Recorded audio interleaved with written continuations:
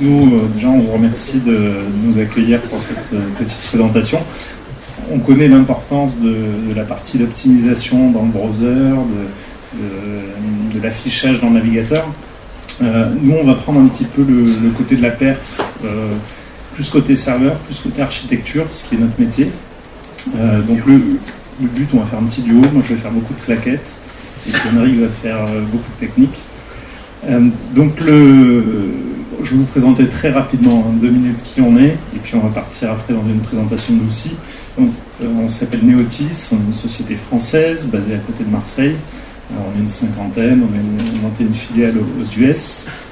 On a commencé en 2005 et toujours en se spécialisant sur les tests de montée en charge sur les environnements web. Ce qui nous a différencié, c'est la partie technologique. Est-ce que vous avez déjà entendu parler du produit Neoload ? Non, personne. Mais écoutez, ça vous permettra de le découvrir, tant mieux, c'est bien. Et vous verrez qu'il est disponible en téléchargement gratuit, en évaluation sur le site web, et vous pourrez déjà voir pas mal de choses sur vos applis web avec ça. Donc, très rapidement, allons-y. Donc, on est éditeur de logiciels, donc Gemenos aux US, toute la R&D est en France, le support technique aussi. Et ce qui a fait notre force, c'est de se focaliser sur justement l'édition de ce logiciel. Avec qui on travaille depuis 2005, la création de l'outil, c'est plus de 1300 clients dans le monde entier. Une petite spécificité, c'est qu'on travaille plus à l'étranger qu'en France. Et sur un concept, c'est de se dire la performance et les tests de montée en charge devraient être faisables par tout le monde, avec des compétences techniques bien entendu, mais surtout en se focalisant sur ce qui a un intérêt quand on fait des tests de perf, c'est-à-dire faire un parcours utilisateur réaliste, être capable de tester justement les applications de la manière dont elles sont utilisées, et ça va être autant des sites web que des applications d'entreprise du type ERP, CRM, qui sont utilisées tous les jours et qui ont un fort impact dans les entreprises ou pour les sites web marchands sur l'activité d'une entreprise. Donc on est dans 60 pays, on sait très bien travailler à distance, donc on n'est pas sur Paris très souvent, mais on a tous les outils pour pouvoir vous faire partager la techno à distance. Et en termes de référence, ça va aller des plus gros sites marchands. Un petit exemple, on fait les tests de montée en charge pour Cdiscount, pour simuler l'ouverture des soldes. Donc là on est sur plusieurs dizaines de milliers d'utilisateurs simultanés qui vont faire des achats ou ce genre de choses. Donc l'idée étant de valider une architecture, faire le capacity planning, et ça prend aussi en compte, bien entendu, la perf web, le rendu, le real user monitoring, qui a un impact sur les achats. Au niveau des technos supportés, alors on supporte toutes les dernières technos, ça va être, je ne sais pas, est-ce qu'il y en a parmi vous qui utilisent du push avec du polling, du long polling notamment, donc c'est tout à fait supporté, du Google Web Toolkit, la petite dernière version qui n'est pas sur ce slide, qui est sortie cette semaine, a notamment le support de Speedy, Google Speedy. Je ne sais pas s'il y en a déjà parmi vous qui ont mis ça sur leur serveur. Pas encore. Donc l'idée, c'est d'avoir un support technologique qui est le meilleur du marché sur les applis web pour vraiment proposer une valeur ajoutée. Qu'est-ce que vous entendez par vidéo? Parce que c'est juste une vidéo. Alors sur la vidéo, on va voir notamment tous les formats de streaming, notamment sur du RTMP avec les technos Adobe. Qui sont quand même en train de... Ça dépend, il y a l'adaptive streaming qui est notamment relancé par Adobe, mais après on a les vidéos, les vidéos plus standards. Alors, tout ce qui est streaming, adaptive streaming, HLS, c'est également possible de réaliser les scénarios dessus. Après, on verra tout à l'heure en démonstration, je pourrais montrer un exemple. Mais tout ce qui est progressive download, par exemple, est supporté nativement. Donc on va simuler le comportement d'un navigateur en émulant justement le buffering. Et donc avoir un ressenti utilisateur et pouvoir mesurer la qualité du streaming, c'est-à-dire combien d'utilisateurs a eu du lag pendant mon test. Aujourd'hui, c'est quasi impossible d'avoir ce genre de statistiques. Donc en mettant un scénario de streaming, vous aurez la capacité de mesurer la qualité de streaming et de la retransmission vidéo pour les utilisateurs. Donc voilà, après, oui. Pourquoi simuler en fait pourquoi ne pas utiliser un simple client comme un navigateur? Alors, il y a plusieurs raisons. La première, c'est que ça demanderait des ressources phénoménales. On va dire sur une machine, par exemple, on mentionnait tout à l'heure, sur une VM, on arrivait à mettre 10 navigateurs. Quand il faut simuler des centaines, des milliers, voire des dizaines de milliers d'utilisateurs simultanés, donc en même temps, on parlerait de besoins hardware qui seraient énormes, avec des problématiques de stabilité, de rapatriement de données pour pouvoir faire de l'analyse. Et il y a un système de complexité aussi au niveau des navigateurs. Pour certaines transactions, pour pouvoir être capable de renvoyer le bon contenu au serveur pour se faire passer pour un utilisateur unique, il faut être capable de récupérer les infos qui passent au niveau protocolaire pour les variabiliser et les renvoyer en temps réel au niveau du serveur. Encore une fois, l'idée du test en charge, c'est pas d'envoyer 1000 utilisateurs les mêmes sur un serveur, parce que ça sert pas à grand chose. C'est un peu, on prend souvent l'exemple du car crash pour voir si une voiture est solide ou non, on va dire. La façon dont ils le font, c'est pas en les jetant d'une falaise de 200 mètres pour voir si ça devient une crêpe ou pas. Ils les envoient d'une manière assez réaliste pour voir ce qui se passe. Et c'est le but du test de montée en charge, pour avoir justement des données sur lesquelles on peut travailler. Donc c'est relativement complexe, ça ne peut se faire quasiment qu'au niveau protocolaire, quand on veut faire et simuler des charges importantes. L'autre alternative qui est peut être assez triviale, c'est d'avoir quelqu'un avec un tambour et plusieurs centaines de personnes qui cliqueraient en même temps une même chose. C'est relativement complexe en termes d'analyse et de faisabilité. Sur HTML5 aussi, j'imagine qu'il y en a pas mal parmi vous qui ont déjà commencé et qui commencent à regarder. Est-ce que certains d'entre vous ont des implémentations WebSocket en cours ou ça va venir aussi, j'imagine? Ça fait partie des choses qu'on regarde, qu'on supporte. Donc, sur le HTML5, on est plutôt sur les 5 events. Donc ça, c'est dispo actuellement. Et le WebSocket arrive aussi très rapidement, donc ça sera très bientôt dispo. Et le dernier point aussi qui est assez important, je pense, actuellement, c'est la partie mobile, l'application mobile. Est-ce que vous développez uniquement sur du web pur, ou est-ce que vous avez des projets mobiles sur lesquels vous avez vous testez de la perf? D'accord, ça arrive. La partie mobile a des problématiques qui sont bien spécifiques.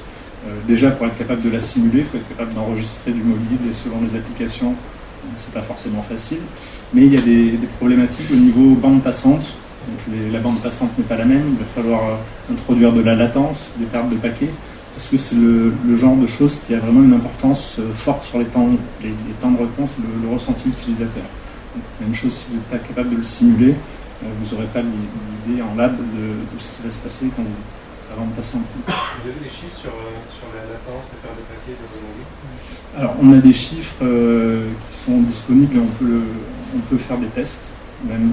Après, il y a des variations qui sont assez énormes et qui poussent à plutôt utiliser une certaine méthodologie de dire j'ai un bon réseau, un réseau moyen, un très bon réseau.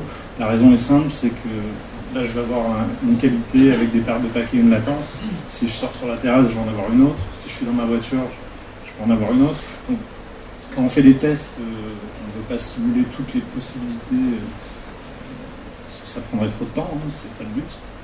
Donc on va plutôt utiliser des métriques, mais vous pouvez imaginer, je ne sais pas, vous avez un client qui a un site du côté de Marseille par exemple, et vous voulez savoir quelle est la latence par rapport à ce site.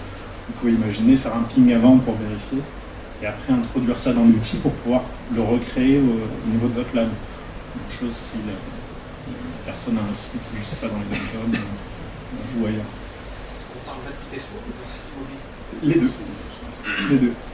Au niveau des applications, il y a quelques petites subtilités, notamment au niveau de l'enregistrement, parce que certaines applications natives ne sont pas faites pour passer par un proxy. Et la méthode pour capturer au niveau protocole passe souvent par un proxy. Donc là, on va se mettre plutôt au niveau du serveur DNS, et on va être capable de capturer le flux pour ensuite le variabiliser. Mais Henrik va vous montrer tout ça très très rapidement. Après, il y a aussi des choses importantes, c'est sur le nombre de terminaux. Il y a plus de 4000 terminaux différents avec de l'Android, par exemple. Donc, Et certains contenus sont spécifiques. Il y a beaucoup d'applis qui renvoient qui ont du browser pour des applis mobiles qui ont du contenu spécifique pour Android ou pour iPhone, par exemple. Donc, être capable d'avoir cette granularité pendant vos tests, pour savoir quel est l'impact côté serveur, ça peut être très important aussi. Et le dernier point, c'est, je pense que dans cette salle, 99% des personnes ont des smartphones dans les mains, sont en train de les regarder ou de jouer avec. Donc voilà. Ça veut dire qu'on est tous capables potentiellement d'aller faire tomber une page web si on décide d'aller se connecter dessus en même temps. Donc c'est aussi des points à prendre en compte.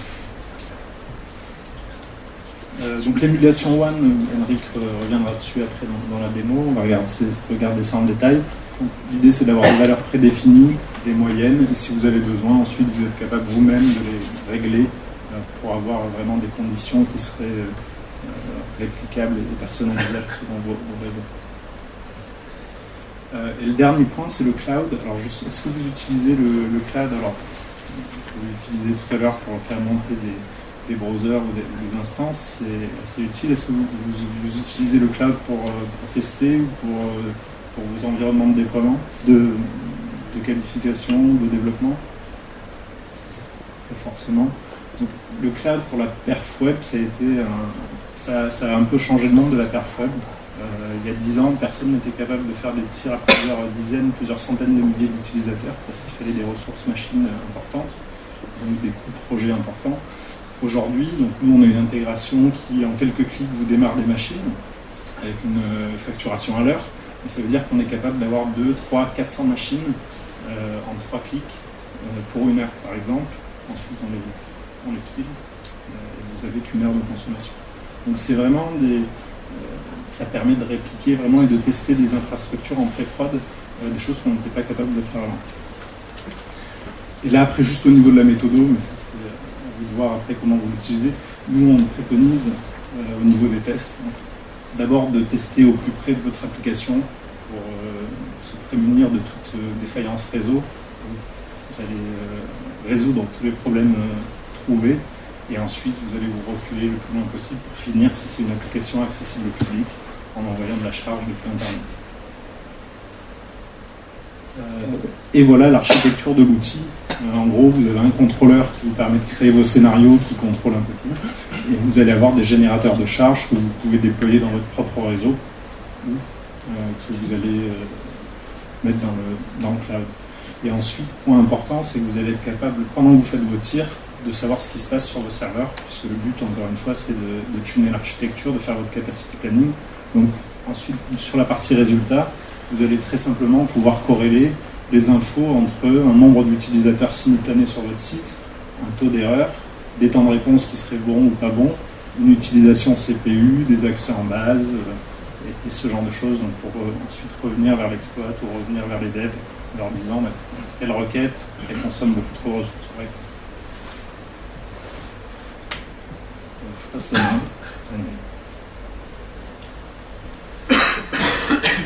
Je vais vers un exemple de projet qui est actuellement utilisé par un de nos clients, sur lequel on est en train de tester son futur déploiement. Donc l'interface de Node elle est relativement simple dans le sens où ça va suivre exactement les 3 étapes clés d'un projet de test en charge. C'est-à-dire la première étape, ça va être la conception. Vous allez identifier les scénarios types qui représentent l'activité majeure de la production. Vous allez les enregistrer avec le bouton enregistrer. Vous allez donc, on va faire un exemple. J'ai peut-être pas internet, on verra plus tard, enfin enregistrement. L'objectif c'est d'enregistrer un scénario, de créer des actions business. Par exemple là j'ai fait un scénario sur l'Apple TV. Donc je me connecte, je vois des sous-filtres, je sélectionne normalement bien sûr. Et je sélectionne un film et après je regarde le film. Donc là ça me permet d'enregistrer à travers l'outil aussi bien des applications qui sont déployées sur l'Apple TV, sur l'iPad, sur l'iPhone, sur des web TV qui sont de plus en plus en train de venir sur le marché, et également des utilisateurs classiques web, donc j'en ai également un parcours web classique. Donc une fois que j'ai enregistré ce scénario, donc ça va se modéliser de la manière suivante, où je vais avoir des petites icônes avec un dossier qui représente une action business. Dans cette action business, je vais me retrouver en dessous avec des pages, et chacune des pages, en fait, si on la déploie, on va avoir un certain nombre de requêtes. Et chacune des requêtes, après, bien sûr, si on ne change rien, ce sera statique. Donc si je rejoue le scénario, je vais envoyer des hits qui ne seront pas représentatifs, puisque je vais envoyer toujours la même sélection de catégories, le même login, et ce ne sera pas du tout représentatif de ce que je souhaite tester. Donc une fois que j'ai enregistré mon scénario, je vais d'abord procéder à ce qu'on appelle la variabilisation, donc intégrer des jeux de données, faire la sélection aléatoire de catégories, sélection aléatoire de films, etc. etc. Pour que pour chaque utilisateur soit le plus représentatif possible, pour éviter justement tout appel à du cache type base serveur web classique, mais surtout en base de données, parce que ça ne m'intéresse pas de tout le temps appeler la même requête en base, puisque derrière je vais remonter des problèmes qui ne sont pas forcément représentatifs, et surtout je vais peut-être pas reproduire un problème de deadlock qui ne sera pas forcément reproductif en situation réelle. Donc une fois que j'ai mes scénarios, donc j'ai un certain nombre d'outils qui est ici à disposition, qui me permet de concevoir, d'ajouter une certaine logique, puisque l'outil a été conçu dans l'optique de créer des scénarios de performance sans avoir à coder. Donc c'est toujours sur un esprit drag and drop, donc je peux très bien faire des choses relativement complexes. Donc si j'ouvre par exemple un scénario de streaming, on va prendre un exemple. Donc là c'est du smooth streaming, c'est pour ceux qui se connaissent. Alors je vais prendre celui qui m'intéresse.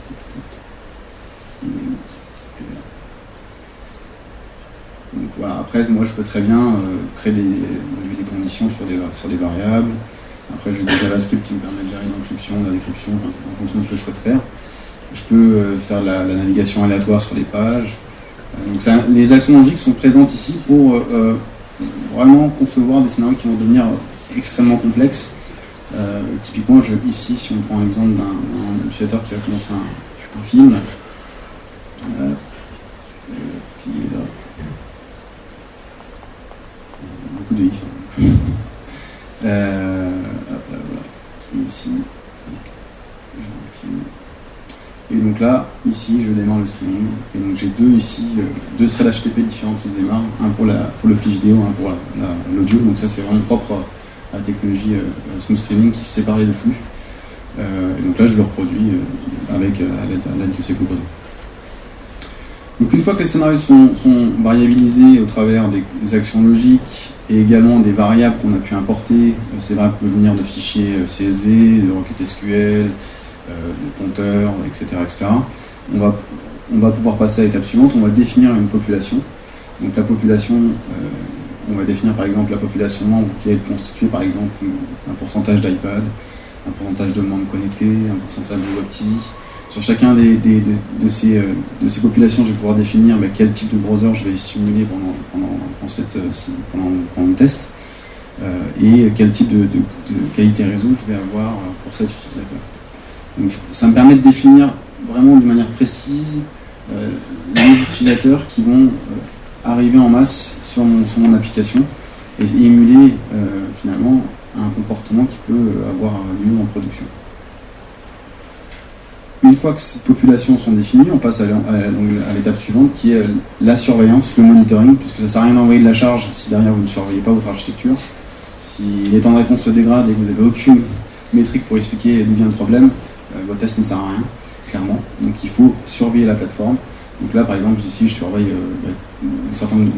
des Nginx, des Apache, des Varnish, des Postgre, des Mongo, etc. C'est une architecture relativement complexe. Et après, une fois que mon monitoring est défini, je vais pouvoir passer à l'étape runtime, qui est finalement définir ces tests.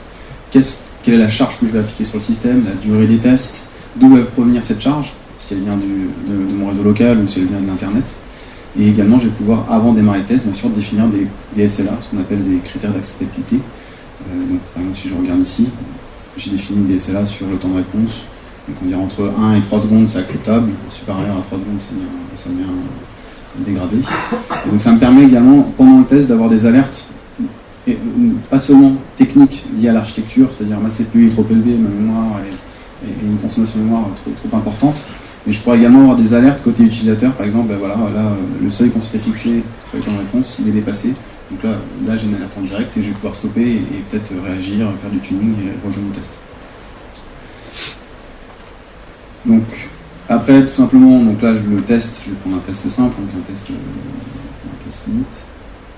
Donc là, je sélectionne ici mes populations que je souhaite lancer. Et sur chacune des populations, je vais définir une durée pour cette population. Quelles sont les zones d'injection, c'est-à-dire d'où va provenir la charge, et surtout la montée en charge. Donc là, typiquement, dans le cas présent, c'est un test aux limites. Donc je commence avec 3900 utilisateurs, et toutes les 15 minutes, je rajoute 3900 utilisateurs. Donc ça va faire des tests par palier, donc je vais avoir une charge progressive. Et ces 3900 utilisateurs, je ne vais pas les envoyer en masse d'un coup, puisque c'est jamais ce qui se passe dans la vraie réelle. Je vais pouvoir mettre un délai de ramp-up. Je vais pouvoir mettre par exemple un délai de montée en charge pour monter ces 3900 utilisateurs dans une période bien déterminée. Lorsqu'on va lancer le test, donc là je n'ai pas encore lancé le test, on n'a pas l'autorisation, je vais pouvoir avoir des métriques pendant mon test, c'est-à-dire mon hit par seconde, mon débit, ma charge d'utilisateur, mon temps de réponse. Après, si je vais dans la partie runtime graph ici, je vais avoir tous mes scénarios lancés, et sur chaque scénario, je vais pouvoir tracer une courbe concernant le temps de réponse, le hit, sur une action métier bien particulier. Et je peux également corréler en même temps sur une métrique bien particulière de mon architecture, par exemple mon taux de cache par exemple en base de données, ou mes workers Apache ou autre. Et enfin, lorsque le test est fini, on va pouvoir aller dans la partie résultats pour voir des métriques. Donc là, je vais trouver un autre projet où je dispose de résultats, ce sera beaucoup plus probant.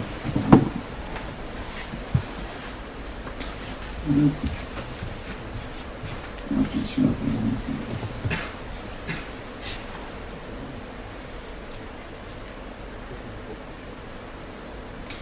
Donc là, c'est un exemple de résultat. Bon, là, j'ai fait un scénario sur YouTube, sur Google. Ici, donc, j'ai des résultats. Donc, sur un résultat, typiquement, je vais voir mon taux de hit qui a été envoyé sur le site. Le nombre d'erreurs, donc là, visiblement, j'ai un problème de scénario, il va falloir que je corrige le scénario parce qu'il n'est pas représentatif. Et là, je vais pouvoir voir donc, la charge d'utilisateur comparée à ce taux d'erreur. Le hit par seconde est en marron en dessous, vous voyez le temps de réponse moyen. Et on a également ce qu'on appelle les points chauds, donc le top 5 des erreurs, tout ce qui est top 5 des temps de réponse moyens, top 5 des temps de réponse maximum. Et on a ici des liens ici qui nous permettent d'aller en détail sur les différentes métriques qu'on a pu récolter. Par exemple, quel est le statut de mes critères d'accessibilité. Donc je peux regarder ici que par exemple, le temps de réponse est relativement correct sur les actions, sur les SLA que j'ai définis sur le test. Et si je le souhaite, je peux aller beaucoup plus loin dans l'analyse, donc en prenant par exemple, je vais regarder le temps de réponse de sélection ici. Donc, je vais tracer, donc là j'ai mon temps de réponse. Je vais comparer par exemple à la charge d'utilisateur. Voilà. Donc, je vais changer l'échelle pour que ce soit plus visible. Et après je peux comparer si je souhaite avec par exemple, je vais regarder mon CPU disponible sur Linux. Donc après je peux très bien comparer plusieurs métriques qui n'ont pas forcément de rapport, et ça me permet de vérifier par exemple s'il y a une relation entre le temps de réponse et une intégration sur le système. Donc là par exemple ici, si vous voyez bien, il y a un icône warning, puisque pendant le test on a eu une alerte sur la partie TCP. Donc si je trace par exemple cette métrique qui est en alerte, de la même manière que les autres outils, on va colorier les périodes qui correspondent à ces alertes. Donc, ça nous permet également de corréler et identifier d'où vient éventuellement le point de contention sur l'architecture. Une fois que tout est fait, rien ne vous empêche de générer un rapport pour partager ces données-là. On pourra générer un rapport sur différents formats. Ou on peut également faire, si on souhaite, c'est très utile, un rapport de comparaison. C'est-à-dire que vous avez deux versions de votre site. Vous allez appliquer exactement la même montée en charge, le même test. C'est toujours pratique de savoir en un clic si j'ai une régression de performance. Donc il suffit de sélectionner un résultat. Là je prends ça, c'est le test A, ça sera le test B. Et je fais compare. Et donc là l'autre va générer un rapport de comparaison. Et chaque métrique qui sont récoltées par l'outil va être comparée. Il y aura un taux de régression, un ratio qui sera calculé automatiquement. Donc si je vais sur le test summary, ici on voit test A, test B. Et on voit également ici un pourcentage ratio qui est calculé. Là, en l'occurrence, c'est deux tests similaires qui ont eu lieu le même jour. Donc forcément, j'ai pas de ratio. Le ratio est égal à 0. Donc c'est forcément, il n'y a pas de dégradation détectée. Voilà. Après, on peut très bien générer un rapport, comme j'ai dit tout à l'heure, ici. Donc après on a un rapport standard. Donc je sélectionne le contenu des graphiques que je souhaite mettre dans mon rapport, parmi les graphiques principaux et les graphiques custom qu'on vient d'ajouter dans la section graphique. Et après je peux très bien générer en Word ou en PDF, enfin peu importe le format, et après l'exporter pour le partager avec d'autres personnes. Chaque test peut être planifié, peut être lancé en automatique également, donc vous n'avez pas forcément besoin de l'interface graphique pour lancer vos tests. Pour revenir au sujet de l'industrialisation qui était mentionné avant, il y a la possibilité de faire la ligne de commande, du tâchante pour industrialiser des tests qui partiraient toutes les nuits, pour valider ou non si les perfs sont acceptables. J'ai une question. Est-ce que l'outil essaye de détecter des corrélations entre les différentes variables? Alors, pour la partie corrélation, on a ce qu'on appelle dans Neolo deux types de variables. On a la partie framework, ce qu'on appelle un framework, ça va être attaché à une technologie. Et par défaut, on a préinstallé un certain nombre de frameworks, donc .NET, JSF, Flex, etc. Et donc on va identifier tous ces paramètres techniques liés à la technologie. Donc là, on va les gérer nativement et il n'y aura pas de corrélation à faire par l'utilisateur. Après, on a une autre petite fonctionnalité qui s'appelle les paramètres génériques. Donc là, on va lancer le test en tâche de fond et on va comparer à ce qui a été enregistré pour identifier tout changement, timestamp, session ou autre. Et s'il y a changement, on va également le gérer nativement. Par contre, bien sûr, il y aura quoi qu'il arrive de la corrélation, puisqu'il y aura toujours des paramètres fonctionnels, des logins, des logouts, des choses un peu particulières qu'il faudra bien entendu corréler manuellement. Ça répond à votre question? Moi, en fait, je voyais qu'on avait beaucoup de données, par exemple, le CPU, la mémoire. Ah oui, c'est pour la partie résultat. Donc, je pensais que corrélation, c'était pour la partie design, conception. D'accord. Sur la partie résultat, non, là, il va falloir effectivement avoir une certaine logique. De toute manière, si on connaît son architecture, mes utilisateurs vont entrer par un point A et ils vont arriver dans mon back-office. Donc je vais rentrer step by step dans l'architecture pour identifier compteur par compteur. Donc je pars sur le temps de réponse. Je commence par la partie si j'ai un chat proxy, après je passe sur la partie en dessous si j'ai un serveur cache, après sur les parties web, etc. Donc je descends petit à petit, couche par couche dans l'architecture et je trace pour avoir une certaine logique et comprendre d'où peut venir éventuellement la contention. Donc effectivement, pour répondre à la question, il n'y a pas de moteur de corrélation automatique pour identification de pistes d'optimisation. Autre question? Quel est le mode de licence? Pour la partie licence, alors c'est très transparent, hein. Les prix sont sur le site web, vous les retrouverez. Vous avez des licences à court terme, donc à la journée, ou des licences permanentes. C'est au choix. Après, le mode de licence, c'est en fonction de la charge que vous souhaitez générer en termes d'utilisateurs simultanés. Encore une fois, sur le site web, sur la page shop, vous verrez, il y a un petit calculateur aussi pour le nombre d'utilisateurs simultanés. On peut avoir des nombres faramineux de visiteurs par jour qui, au final, font très peu d'utilisateurs simultanés. Donc, calculez bien le nombre d'utilisateurs concurrents simultanés avant de prendre peur en voyant les tarifs. Non, mais c'est important. Comment vous tenez compte des CDN? Alors, c'est-à-dire que... En fait, sur un site, on peut utiliser un ou plusieurs CDN. Oui. Et ici, est-ce que votre outil, quelque part, en tient compte? Dans le sens... par exemple, ici, on a vu que le trafic,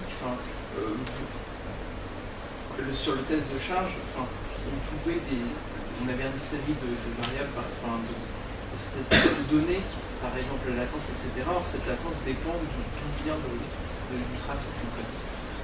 Alors, déjà, vu que là, c'est du test, c'est de la qualification. Lorsque vous allez tester et qu'il y a un CDN, effectivement, qui est face, il va falloir déjà prévenir le client que vous avez généré du trafic et que ça va coûter très très cher. Donc, si le client a un accord et qu'il autorise, vous envoyez la charge. Bien sûr, il va falloir répartir les utilisateurs en fonction des zones géographiques les plus représentatives. Par exemple, si mon trafic vient d'Allemagne et d'Angleterre, et que j'ai des CDN qui sont dans ces zones-là, nécessairement il faut que mon trafic soit envoyé de ces zones. Et en envoyant ces zones-là sur le CDN, derrière le travail de la Camaï ou l'Amlight ou autre pourra faire son travail, et la charge sera envoyée. Par contre, voilà, c'est tester un CDN peut coûter extrêmement cher en plus infini, parce que ça va générer énormément de trafic. Par exemple, on a un de nos clients qui s'occupe de la Ligue de football européenne. Donc on a un test qui a été fait et le trafic généré est de plusieurs 1 Tera en 1 heure. Enfin 1 Tera par seconde. Après, le client, c'est son budget, c'est lui qui gère, c'est lui qui a envie, qui veut mesurer la qualité du CDN, c'est lui qui... Il faut avoir conscience de ce qu'on fait avant de lancer des grosses batteries de test. Est-ce que vous avez des mécaniques pour garantir, par exemple, sur un jeu ou sur des affiches un peu sociales, des choses comme ça, j'ai l'impression souvent clients environnés, pour garantir, par exemple, que tous les clients qui sont connectés vont répondre au serveur en même temps. Et garantir qu'ils sont vraiment sur le direct de charge et pas sur une montée progressive. Typiquement sur un jeu, sur tout le monde répond à la question presque en même temps, ou commence à répondre en même temps, ou en tout cas arrive sur la page du jeu parce que en même temps. Alors, en fait, on a ce qu'on appelle ici un rendez-vous. C'est ici.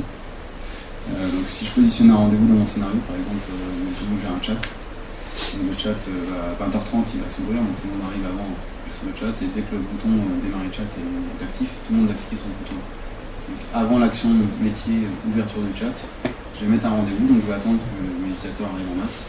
Et là, donc on va faire une contention, donc on va attendre que tous les utilisateurs arrivent à cette étape du scénario, et on va les libérer d'un coup. Donc on met une grosse masse, une grosse charge à cette instance sur une action bien précise. Donc oui, c'est la possibilité. D'accord. Aussi bien un petit point. Il y a 2 white papers, si ça vous intéresse, sur les problématiques liées à des tests en utilisant le cloud et aux problématiques des tests pour les applications mobiles. Donc ça va vous lister toutes les choses sur lesquelles il faut faire attention, peu importe que vous partiez avec notre solution ou pas, mais quels sont vraiment les points à valider. Il y a quelques petites clés USB aussi pour Noël. J'espère qu'il y en aura suffisamment pour tout le monde. Et puis nous, on reste là au niveau de l'outil. Donc il est téléchargeable et gratuit en version d'évaluation, valable 30 jours. Vous pouvez générer jusqu'à 10 utilisateurs simultanés. Je pense que vous vous rendrez compte que dans beaucoup de projets qui ne sont pas encore dans les phases finales, ça permet déjà d'identifier les points de contention. Donc n'hésitez pas, vous pourrez le faire. Il y a des démos web, des techniques, donc pas purement techniques, dans beaucoup plus de détails, tous les lundis à 15h. C'est gratuit, même chose, vous envoyez un petit mail, vous pouvez participer, c'est fait via GoToMeeting.